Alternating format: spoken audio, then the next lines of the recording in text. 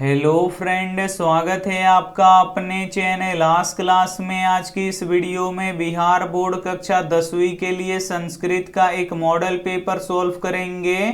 इस model paper में काफ़ी महत्वपूर्ण 50 ऑब्जेक्टिव प्रश्न रहेगा जो आपके फाइनल बोर्ड परीक्षा के लिए काफ़ी महत्वपूर्ण रहेगा। तो एक भी प्रश्न आप लोग स्किप मत कीजिएगा। वीडियो को प्लीज़ आप लोग शुरू से लेके अंत तक देखिएगा। और चैनल को अभी तक आप सब्सक्राइब नहीं किए हैं तो चैनल को सब्सक्राइब कर लीजिएगा। और सब्सक्राइब करने के बाद एक बेल आइकन आता है तो बेल आइकन को दबा के ऑल पे कर लीजिएगा, ताकि जब भी लाइव क्लास हो तो आपके पास नोटिफिकेशन पहुंचता रहे। तो आइए शुरू करते हैं पहले नंबर प्रश्न से। तो पहला नंबर प्रश्न है कि वेदों के प्रति धर्म अनुयायियों का ध्यान किसने आकर्षित किया। ए ऑप्शन है दयानंद ने, बी ऑप्शन है विद्यासागर ने, सी ऑप्शन है विवेकानंद ने, डी ऑप्शन है इनमें से कोई नहीं। तो यहाँ पे आपको बताना है कि वेदों के प्रति धर्म अनुयायियों का ध्यान किसने आकर्षित किया।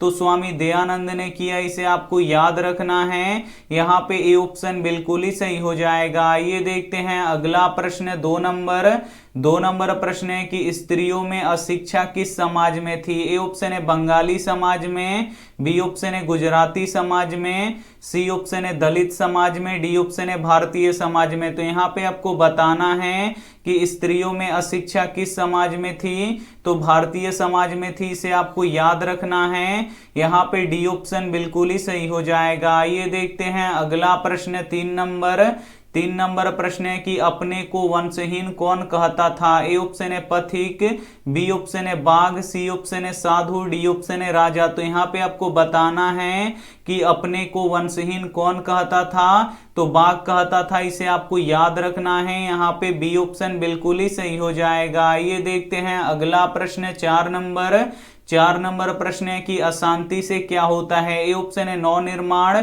बी ऑप्शन है मानवता का विकास, सी ऑप्शन है मानवता का नाश, डी ऑप्शन है इनमें से कोई नहीं।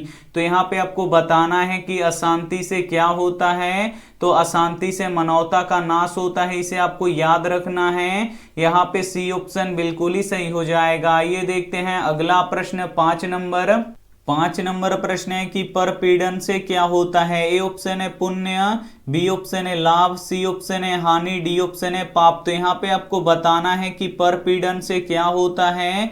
तो परपीड़न से पाप होता है, इसे आपको याद रखना है। यहाँ पे डी ऑप्शन बिल्कुल ही सही हो जाएगा। इस मॉडल पेपर में संस्कृत के काफी महत्वपूर्ण 50 ऑब्जेक्टिव प्रश्न बताएंगे।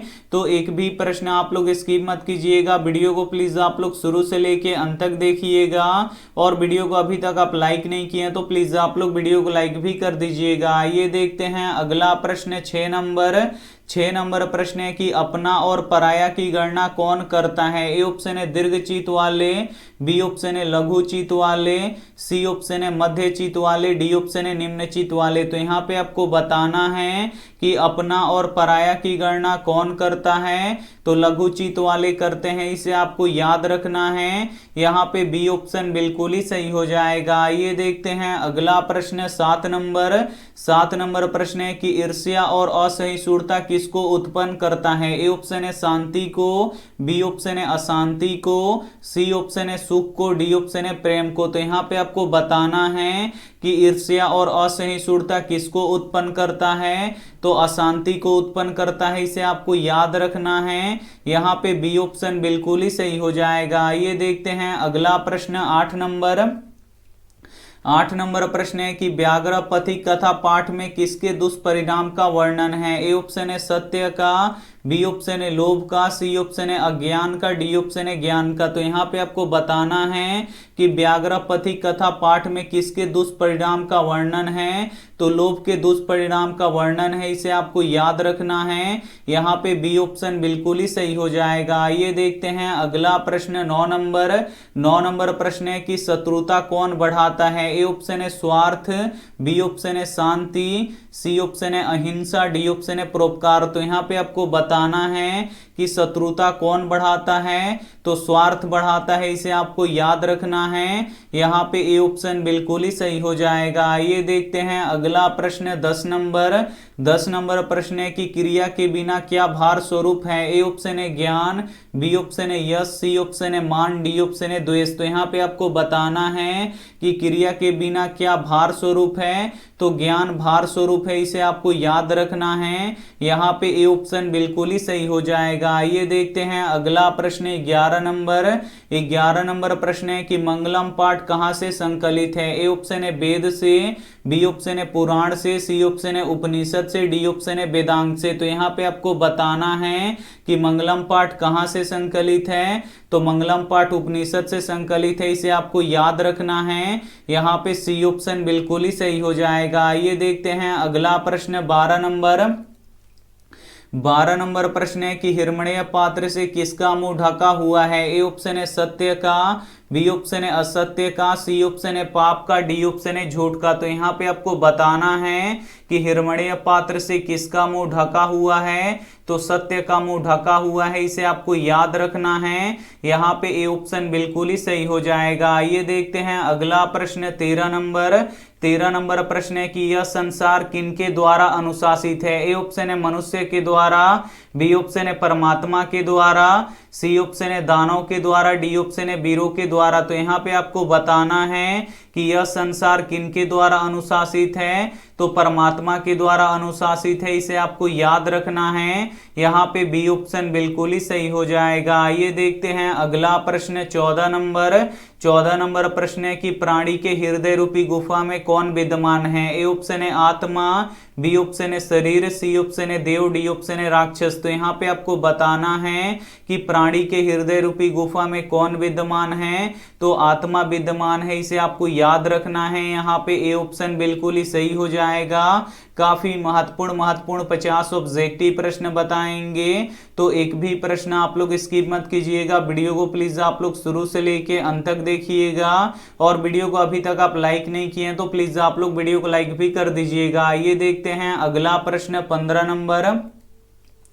15 नंबर प्रश्न है कि भारत की शोभा को देखकर कौन प्रसन्न है। ए ऑप्शन है ईश्वर, बी ऑप्शन है आलसी, सी ऑप्शन है दैत्य, डी ऑप्शन है क्रोधी। तो यहाँ पे आपको बताना है कि भारत की शोभा को देखकर कौन प्रसन्न है, तो ईश्वर प्रसन्न है, इसे आपको याद रखना है। यहाँ पे ए ऑप्शन बिल्कुल ही सही हो जाएगा। आइए देखते हैं अगला प्रश्न 16 नंबर प्रश्न है कि मंदाकिनी क्या है। ए ऑप्शन है पर्वत, बी ऑप्शन है तालाब, सी ऑप्शन है नदी, डी ऑप्शन है समुद्र। तो यहाँ पे आपको बताना है कि मंदाकिनी क्या है, तो मंदाकिनी एक नदी है, इसे आपको याद रखना है। यहाँ पे सी ऑप्शन बिल्कुल ही सही हो जाएगा। आइए देखते हैं अगला प्रश्न 17 नंबर प्रश्न है कि वनवास प्रसंग में राम, सीता और लक्ष्मण के साथ कहां पहुंचते हैं। ए ऑप्शन है विचित्रकूट, बी ऑप्शन है स्वर्णकूट, सी ऑप्शन है चित्रकूट, डी ऑप्शन है पर्णकूट। तो यहाँ पे आपको बताना है कि वनवास प्रसंग में राम, सीता और लक्ष्मण के साथ कहां पहुंचते हैं,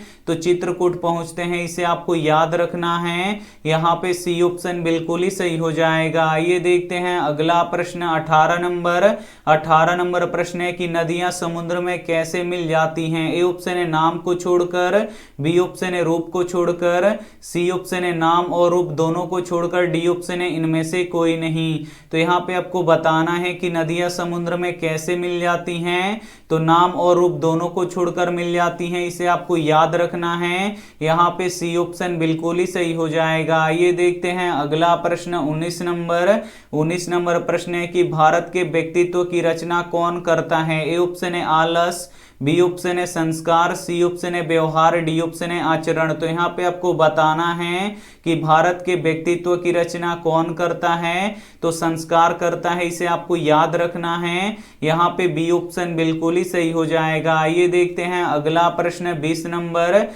नंबर प्रश्न है कि प्राचीन काल में ब्रह्मचारी कहाँ पढ़ते थे। ए ऑप्शन है गुरु के घर में, बी ऑप्शन है विद्यालय में, सी ऑप्शन है जंगल में, डी ऑप्शन है पाठशाला में। तो यहाँ पे आपको बताना है कि प्राचीन काल में ब्रह्मचारी कहाँ पढ़ते थे, तो गुरु के घर में पढ़ते थे, इसे आपको याद रखना है। यहाँ पे ए ऑप्शन बिल्कुल ही सही हो जाएगा। आइए देखते हैं अगला प्रश्न 21 नंबर। 21 नंबर प्रश्न है कि स्वामी दयानंद कौन थे। ए ऑप्शन है शिक्षाविद, बी ऑप्शन है समाज सुधारक, सी ऑप्शन है राजनीतिज्ञ, डी ऑप्शन है धर्म उपदेशक। तो यहाँ पे आपको बताना है कि स्वामी दयानंद कौन थे।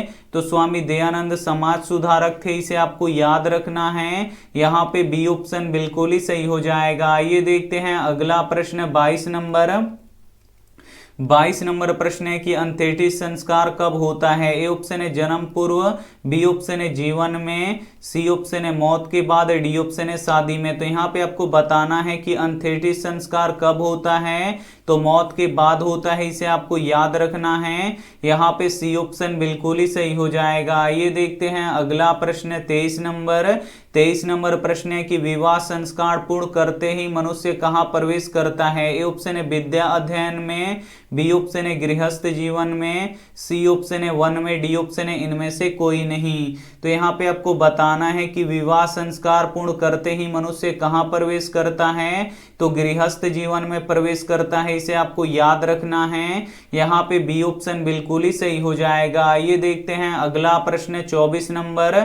24 नंबर प्रश्न है कि बुद्ध काल में पाटलिपुत्र नगर का क्या नाम था। ए ऑप्शन है पाटलीग्राम, बी ऑप्शन है पुरुषपुर, सी ऑप्शन है कुसुमपुर, डी ऑप्शन है माधोपुर। तो यहाँ पे आपको बताना है कि बुद्ध काल में पाटलिपुत्र नगर का क्या नाम था, तो पाटलीग्राम था, इसे आपको याद रखना है। यहाँ पे ए ऑप्शन बिल्कुल ही सही हो जाएगा। आइए देखते हैं अगला प्रश्न 25 नंबर। 25 नंबर प्रश्न है कि पटना की किस दिशा में गंगा बहती है। ए ऑप्शन है उत्तर दिशा में, बी ऑप्शन है पश्चिम दिशा में, सी ऑप्शन है दक्षिण दिशा में, डी ऑप्शन है पूर्व दिशा में। तो यहाँ पे आपको बताना है कि पटना की किस दिशा में गंगा बहती है, तो उत्तर दिशा में गंगा बहती है, इसे आपको याद रखना है। यहाँ पे ए ऑप्शन बिल्कुल ही सही हो जाएगा। आइए देखते हैं अगला प्रश्न 26 नंबर। 26 नंबर प्रश्न है कि सिख संप्रदाय के 10वें गुरु कौन हैं। ए ऑप्शन है गुरु गोविंद सिंह, बी ऑप्शन है अमर सिंह, सी ऑप्शन है मनमोहन सिंह, डी ऑप्शन है तेग बहादुर सिंह। तो यहाँ पे आपको बताना है कि सिख संप्रदाय के 10वें गुरु कौन हैं, तो गुरु गोविंद सिंह है, इसे आपको याद रखना है। यहाँ पे ए ऑप्शन बिल्कुल ही सही हो जाएगा। आइए देखते हैं अगला प्रश्न 27 नंबर। 27 नंबर प्रश्न है कि कुसुमपुर और पुरुषपुर का नया नाम क्या है। ए ऑप्शन है पाटलिपुत्र, बी ऑप्शन है रांची, सी ऑप्शन है चंपारण, डी ऑप्शन है सहरसा। तो यहाँ पे आपको बताना है कि कुसुमपुर और पुरुषपुर का नया नाम क्या है, तो पाटलिपुत्र है, इसे आपको याद रखना है। यहाँ पे ए ऑप्शन बिल्कुल ही सही हो जाएगा। आइए देखते हैं अगला प्रश्न 28 नंबर।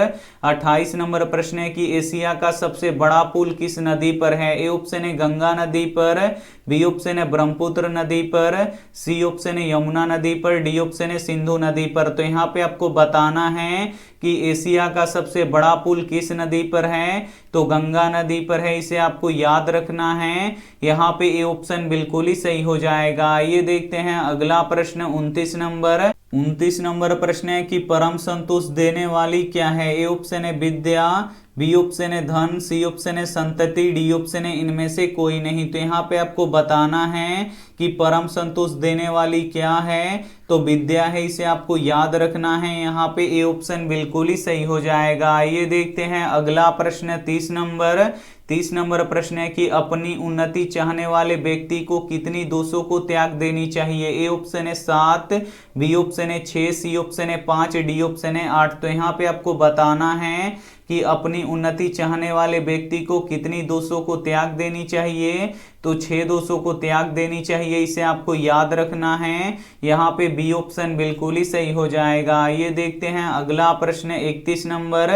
31 नंबर प्रश्न है कि रूप की रक्षा किससे होती है। ए ऑप्शन है सत्य से, बी ऑप्शन है असत्य से, सी ऑप्शन है मिर्जा से, डी ऑप्शन है वृत्ति से। तो यहाँ पे आपको बताना है कि रूप की रक्षा किससे होती है, तो रूप की रक्षा मिर्जा से होती है, इसे आपको याद रखना है। यहाँ पे सी ऑप्शन बिल्कुल ही सही हो जाएगा। ये देखते हैं अगला प्रश्न 32 नंबर।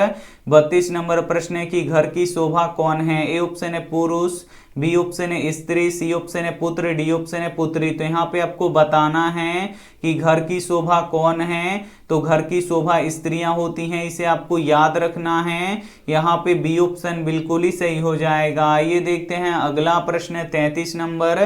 33 नंबर प्रश्न है कि बिना बुलाए कौन आता है? ए ऑप्शन है सज्जन, बी ऑप्शन है दुर्जन, सी ऑप्शन है मूर्ख, डी ऑप्शन है इनमें से कोई नहीं। तो यहाँ पे आपको बताना है कि बिना बुलाए कौन आता है। तो बिना बुलाए मूर्ख आता है, इसे आपको याद रखना है। यहाँ पे सी ऑप्शन बिल्कुल ही सही हो जाएगा। आइए देखते हैं अगला प्रश्न 34 नंबर। 34 नंबर प्रश्न है कि विदुर कौन थे? ए ऑप्शन है मंत्री, बी ऑप्शन है वैद्य, सी ऑप्शन है कवि, डी ऑप्शन है शिक्षक। तो यहाँ पे आपको बताना है कि विदुर कौन थे। तो विदुर मंत्री थे, इसे आपको याद रखना है। यहाँ पे ए ऑप्शन बिल्कुल ही सही हो जाएगा। आइए देखते हैं अगला प्रश्न 35 नंबर। 35 नंबर प्रश्न है कि गांव से कितनी दूरी पर सरकारी विद्यालय है? ए ऑप्शन है 1 कोस की दूरी पर, बी ऑप्शन है 1.5 कोस की दूरी पर, सी ऑप्शन है 2 कोस की दूरी पर, डी ऑप्शन है आधा कोस की दूरी पर। तो यहाँ पे आपको बताना है कि गांव से कितनी दूरी पर सरकारी विद्यालय है। तो 1 कोस की दूरी पर सरकारी विद्यालय है, इसे आपको याद रखना है। यहाँ पे ए ऑप्शन बिल्कुल ही सही हो जाएगा। आइए देखते हैं अगला प्रश्न 36 नंबर। 36 नंबर प्रश्न है कि लक्ष्मी किसे वर्ण करती हैं? ए ऑप्शन है उद्योगी पुरुष को, बी ऑप्शन है कामचोर पुरुष को, सी ऑप्शन है लोभी पुरुष को, डी ऑप्शन है इनमें से कोई नहीं। तो यहाँ पे आपको बताना है कि लक्ष्मी किसे वर्ण करती हैं। तो लक्ष्मी उद्योगी पुरुष को वर्ण करती हैं, इसे आपको याद रखना है। यहाँ पे ए ऑप्शन बिल्कुल ही सही हो जाएगा। आइए देखते हैं अगला प्रश्न 37 नंबर। 37 नंबर प्रश्न है कि राम परवेश ने स्नातक परीक्षा में कौन सा स्थान प्राप्त किया? ए ऑप्शन है प्रथम, बी ऑप्शन है द्वितीय, सी ऑप्शन है तृतीय, डी ऑप्शन है इनमें से कोई नहीं। तो यहाँ पे आपको बताना है कि राम परवेश ने स्नातक परीक्षा में कौन सा स्थान प्राप्त किया। तो प्रथम स्थान प्राप्त किए, इसे आपको याद रखना है। यहाँ पे ए ऑप्शन बिल्कुल ही सही हो जाएगा। आइए देखते हैं अगला प्रश्न 38 नंबर। 38 नंबर प्रश्न है कि छात्रों के लिए सबसे बड़ी तपस्या क्या है? ए ऑप्शन है अध्ययन, बी ऑप्शन है धनार्जन, सी ऑप्शन है नौकरी की प्राप्ति, डी ऑप्शन है इनमें से कोई नहीं। तो यहाँ पे आपको बताना है कि छात्रों के लिए सबसे बड़ी तपस्या क्या है। तो छात्रों के लिए सबसे बड़ी तपस्या अध्ययन है, इसे आपको याद रखना है। यहाँ पे ए ऑप्शन बिल्कुल ही सही हो जाएगा। ये देखते हैं अगला प्रश्न 39 नंबर। 39 नंबर प्रश्न है कि भीखनटोला गांव देखने के लिए कौन आया? ए ऑप्शन है नेता, बी ऑप्शन है अभिनेता, सी ऑप्शन है शिक्षक, डी ऑप्शन है समाज सुधारक। तो यहाँ पे आपको बताना है कि भीखनटोला गांव देखने के लिए कौन आया। तो भीखनटोला गांव देखने के लिए शिक्षक आए, इसे आपको याद रखना है। यहाँ पे सी ऑप्शन बिल्कुल ही सही हो जाएगा। ये देखते हैं अगला प्रश्न 40 नंबर। 40 नंबर प्रश्न है कि राम परवेश के पिता थे। ए ऑप्शन है धनी, बी ऑप्शन है निर्धन, सी ऑप्शन है विद्वान, डी ऑप्शन है कवि। तो यहाँ पे आपको बताना है कि राम परवेश के पिता थे। तो राम परवेश के पिता निर्धन थे, इसे आपको याद रखना है। यहाँ पे बी ऑप्शन बिल्कुल ही सही हो जाएगा। ये देखते हैं अगला प्रश्न 41 नंबर। 41 नंबर प्रश्न है कि किस गांव में गरीब लोग रहते थे? ए ऑप्शन है जीवराखंड टोला में, बी ऑप्शन है बसावन टोला में, सी ऑप्शन है हरिजन टोला में, डी ऑप्शन है भीखन टोला में। तो यहाँ पे आपको बताना है कि किस गांव में गरीब लोग रहते थे। तो भीखन टोला में गरीब लोग रहते थे, इसे आपको याद रखना है। यहाँ पे डी ऑप्शन बिल्कुल ही सही हो जाएगा। ये देखते हैं अगला प्रश्न 42 नंबर। 42 नंबर प्रश्न है कि राम परवेश नौकरी में कहाँ सेवा कर रहे थे? ए ऑप्शन है राज्य प्रशासन में, बी ऑप्शन है केंद्र प्रशासन में, सी ऑप्शन है नगर निगम में, डी ऑप्शन है नगर परिषद में। तो यहाँ पे आपको बताना है कि राम परवेश नौकरी में कहाँ सेवा कर रहे थे। तो केंद्र प्रशासन में कर रहे थे, इसे आपको याद रखना है। यहाँ पे बी ऑप्शन बिल्कुल ही सही हो जाएगा। ये देखते हैं अगला प्रश्न 43 नंबर। 43 नंबर प्रश्न है कि कड़स्य दान वीरता पाठ के लेखक कौन है? ए ऑप्शन है माघ, बी ऑप्शन है शूद्रक, सी ऑप्शन है डांडी, डी ऑप्शन है भास। तो यहाँ पे आपको बताना है कि कड़स्य दान वीरता पाठ के लेखक कौन है। तो भा से इन्हें आपको याद रखना है। यहाँ पे डी ऑप्शन बिल्कुल ही सही हो जाएगा। आइए देखते हैं अगला प्रश्न 44 नंबर। 44 नंबर प्रश्न है कि नीतिकार आलस को क्या मानते हैं। ए ऑप्शन है शत्रु, बी ऑप्शन है आश्चर्य, सी ऑप्शन है मित्र, डी ऑप्शन है सहयोगी। तो यहाँ पे आपको बताना है कि नीतिकार आलस को क्या मानते हैं, तो शत्रु मानते हैं, इसे आपको याद रखना है। यहाँ पे ए ऑप्शन बिल्कुल ही सही हो जाएगा। ये देखते हैं अगला प्रश्न 45 नंबर। 45 नंबर प्रश्न है कि सत्यार्थ प्रकाश किसकी रचना है। ए ऑप्शन है स्वामी दयानंद की, बी ऑप्शन है राधा मोहन ओझा की, सी ऑप्शन है रामस्वरूप शुक्ल की, डी ऑप्शन है गणेश ओझा की। तो यहाँ पे आपको बताना है कि सत्यार्थ प्रकाश किसकी रचना है, तो स्वामी दयानंद की रचना है, इसे आपको याद रखना है। यहाँ पे ए ऑप्शन बिल्कुल ही सही हो जाएगा। ये देखते हैं अगला प्रश्न 46 नंबर। 46 नंबर प्रश्न है कि आग कहाँ लगाई गई। ए ऑप्शन है आलसशाला में, बी ऑप्शन है गजशाला में, सी ऑप्शन है अश्वशाला में, डी ऑप्शन है इनमें से कोई नहीं। तो यहाँ पे आपको बताना है कि आग कहाँ लगाई गई, तो आग आलसशाला में लगाई गई, इसे आपको याद रखना है। यहाँ पे ए ऑप्शन बिल्कुल ही सही हो जाएगा। ये देखते हैं अगला प्रश्न 47 नंबर। 47 नंबर प्रश्न है कि आलसियों को प्रतिदिन भोजन कौन देते थे। ए ऑप्शन है मिथिला के राजा, बी ऑप्शन है मिथिला के राजकुमार, सी ऑप्शन है मिथिला के मंत्री वीरेश्वर, डी ऑप्शन है इनमें से कोई नहीं। तो यहाँ पे आपको बताना है कि आलसियों को प्रतिदिन भोजन कौन देते थे, तो मिथिला के मंत्री वीरेश्वर देते थे, इसे आपको याद रखना है। यहाँ पे सी ऑप्शन बिल्कुल ही सही हो जाएगा। ये देखते हैं अगला प्रश्न 48 नंबर। 48 नंबर प्रश्न है कि संसार में बच्चों का सच्चा रक्षक कौन होता है। ए ऑप्शन है माता, बी ऑप्शन है पिता, सी ऑप्शन है दादी, डी ऑप्शन है दादा। तो यहाँ पे आपको बताना है कि संसार में बच्चों का सच्चा रक्षक कौन होता है, तो माता होती हैं, इसे आपको याद रखना है। यहाँ पे ए ऑप्शन बिल्कुल ही सही हो जाएगा। ये देखते हैं अगला प्रश्न 49 नंबर। 49 नंबर प्रश्न है कि कर्ण के पास जन्म से ही क्या था। ए ऑप्शन है कवच और कुंडल, बी ऑप्शन है तीर और धनुष, सी ऑप्शन है तलवार, डी ऑप्शन है इनमें से कोई नहीं। तो यहाँ पे आपको बताना है कि कर्ण के पास जन्म से ही क्या था, तो कवच और कुंडल था, इसे आपको याद रखना है। यहाँ पे ए ऑप्शन बिल्कुल ही सही हो जाएगा। ये देखते हैं अंतिम प्रश्न 50 नंबर।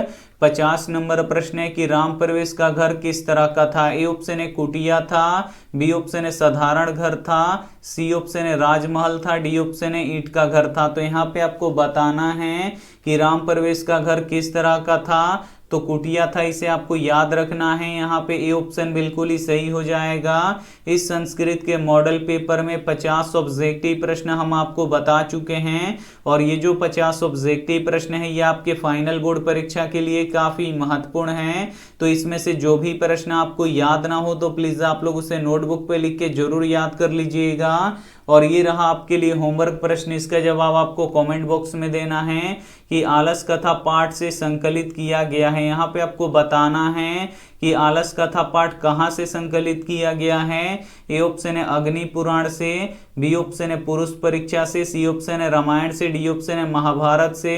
तो जो भी ऑप्शन आपको सही लगे वो आप हमें कमेंट करके जरूर बताइएगा। और वीडियो को लाइक नहीं किए तो प्लीज आप लोग वीडियो को लाइक कीजिएगा, अपने दोस्तों के पास इस वीडियो को जरूर शेयर कीजिएगा। और चैनल को अभी तक आप सब्सक्राइब नहीं किए हैं तो चैनल को सब्सक्राइब करके साथ में बेल आइकन को ऑल पे दबा लीजिएगा, ताकि जब भी लाइव क्लास हो तो आपके पास नोटिफिकेशन पहुंचता रहे। Thank you for watching. मिलते हैं अगले वीडियो में, तब तक अपना ध्यान रखिए, मन लगा के पढ़ाई कीजिए। Take care and bye.